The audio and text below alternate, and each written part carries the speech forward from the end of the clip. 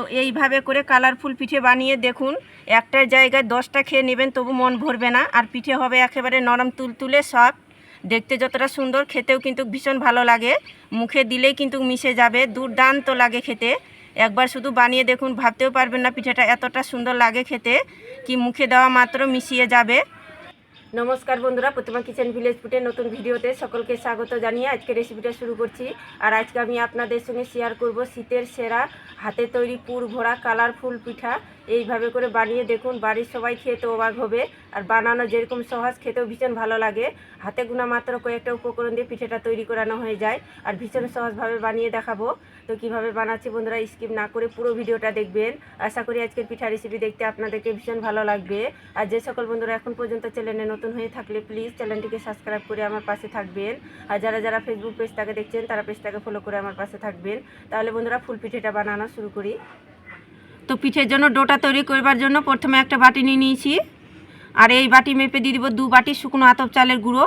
তো আপনারা চাইলে ভিজা আতপ চালের গুঁড়োটাও নিতে পারেন। আর একই বাটি মাপ করে নিয়েছি 1 বাটি ময়দা। দুটো উপকরণ দিয়ে করতে গেলে পিঠেটা দেখবেন নরম তুলতুলে আর একেবারে সফট হবে, খেতে কিন্তু দারুণ লাগবে। তাই চেষ্টা করবেন দুটো উপকরণ দিয়ে তৈরি করানো। আর স্বাদ মতো একটু লবণ দিয়ে দিব, লবণটা একটু হাত দিয়ে মিক্স করে নেব।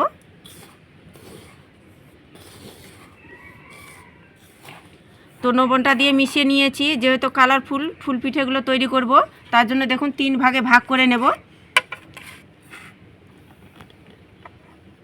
অল্প করে আমি প্লেটের মধ্যে এইভাবে করে ভাগ করে নেব।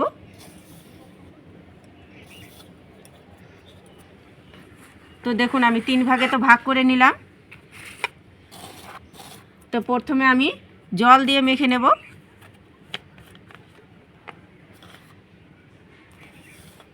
অল্প অল্প জল দিয়ে মেখে ডোটা তৈরি করে নেব।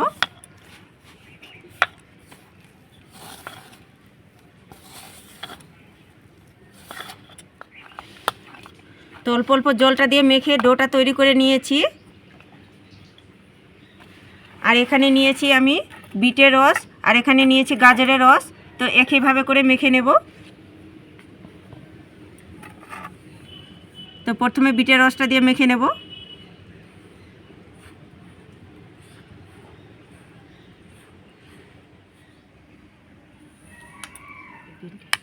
অল্প অল্প বিটের রসটা দিয়ে মেখে নিয়েছি ঠিক এইভাবে করে সফট করে। তো একইভাবে করে আমি ডোগুলো তৈরি করে নিয়েছি 3 কালারের। তো এবার আমি পিঠের জন্য পুরটা তৈরি করে নেব। তার জন্য উনুন ধরিয়ে কড়াই বসিয়ে দিয়েছি। তো কড়াইয়ের মধ্যে দিয়ে দিব 1/2 বাটি গুড়।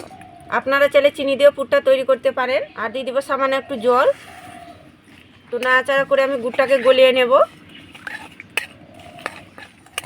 তো নাড়াচাড়া করে গুড়টাকে গলিয়ে নিয়েছি। এবার দিয়ে দিব কিছুটা পরিমাণে কুড়ানো নারকেল। নাড়াচাড়া করে পুরটা তৈরি করে নেব। তো আপনারা চাইলে আপনাদের পছন্দ মতো করে পিঠের জন্য পুরটা তৈরি করে নিতে পারেন। তো নাড়াচাড়া করে আমি পিঠের জন্য পুরটা তৈরি করে নিয়েছি। তো হয়ে গেছে, এবার প্লেটের মধ্যে তুলে নেব।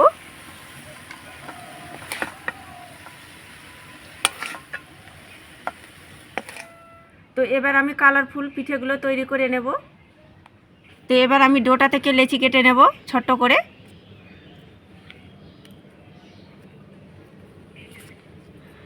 হাতের মধ্যে নিয়ে একটু গোল করে নেব। তো দেখুন হাতের মধ্যে গোল করে একটু চ্যাপটা করে নিলাম। এবার এইভাবে করে বাটি শেপ তৈরি করব পুরটা ভরার জন্য। তো দেখুন এইভাবে করে বাটি শেপ তৈরি করে নিলাম। এবার যে পুরটা তৈরি করেছি সেখান থেকে অল্প করে নিয়ে নেব। আর দেখুন মাঝখানে এইভাবে করে বসিয়ে দেব।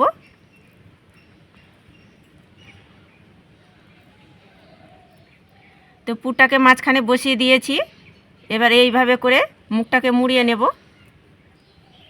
তো দেখুন এইভাবে করে ভালো করে মুখটাকে মুড়িয়ে নিতে হবে।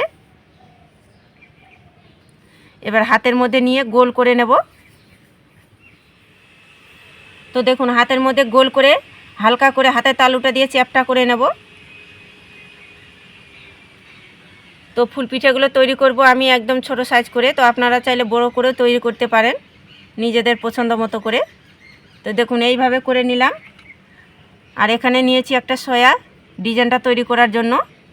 তো দেখুন এইভাবে করে নিয়ে সয়াটা দিয়ে চেপে দেব। এইভাবে করে চেপে পাপড়িগুলো তৈরি করব।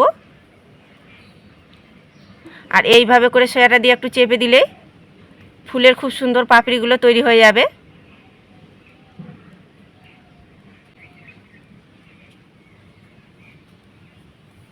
তো দেখুন একটু ছেড়ে ছেড়ে আমি এইভাবে করে চেপে দিচ্ছি।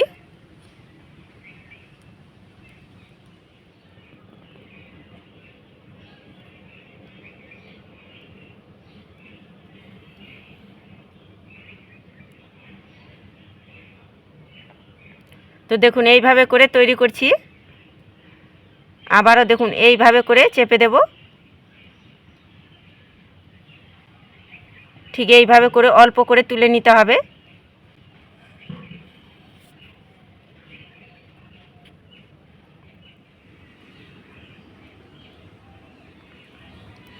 তো দেখুন এইভাবে করে ঘুরিয়ে ঘুরিয়ে তৈরি করে নিচ্ছি। আর ডিজাইনটা তৈরি করানো কিন্তু ভীষণই সহজ, খুব সহজেই তৈরি করানো হয়ে যায় কোনো রকম ঝামেলা ছাড়াই।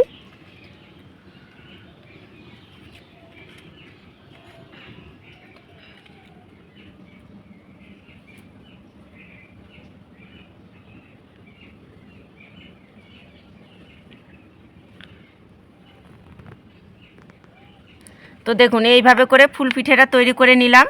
আর দেখতে দেখুন ভীষণই সুন্দর লাগছে।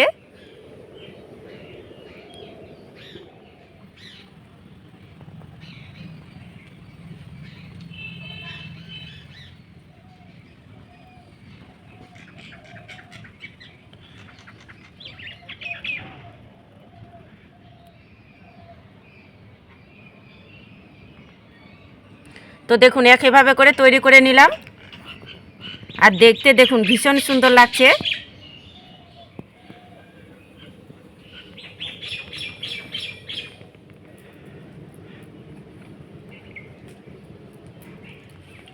তো সবগুলোই একইভাবে করে ফুল পিঠেগুলো তৈরি করে নিয়েছি। আর দেখতে দেখুন কি দারুণ লাগছে। তো আপনাদেরকে কেমন লাগছে তো অবশ্যই কমেন্ট করে বলবেন। আর একটা এখানে ঝাঁঝরা থালা নিয়েছি, তো থালার মধ্যে পিঠেগুলোকে তুলে নেব।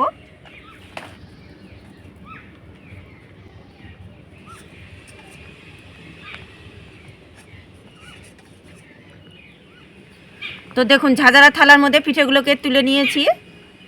তো পিঠেগুলোকে ভাপিয়ে নেব, তার জন্য একটা পাত্রে জল গরম করে নিয়েছি। তো আপনারা যদি মুখরোচে খেতে চান তাহলে তেলে ভেজেও খেতে পারেন। আর সাধারণত পিঠে কিন্তু ভাপিয়ে খেতে বেশি ভালো লাগে, তার জন্য আমি ভাপিয়ে নিচ্ছি। তো এবার আমি পিঠের থালাটা বসিয়ে দেব। আর একটা থালা দিয়ে ঢাকা চাপা দিয়ে মিডিয়াম টু লো আঁচে করে 10 মিনিট জাল করে নেব, তাহলে পিঠেগুলো একেবারে রেডি হয়ে যাবে। তো পিঠেগুলোকে আমি মিডিয়াম আঁচে 10 মিনিট ভাপিয়ে নিয়েছি, আর এর থেকে বেশি সময় লাগে না। তো এবার ঢাকনাটা তুলে নেব।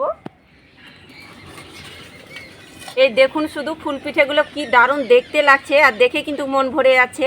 আর কতটা সুন্দরভাবে হয়েছে দেখুন। আর পিঠেগুলো একদম নরম তুলতুলে সফট হয়ে গেছে। তো পিঠেগুলো হয়ে গেছে, এবার নামিয়ে নেব।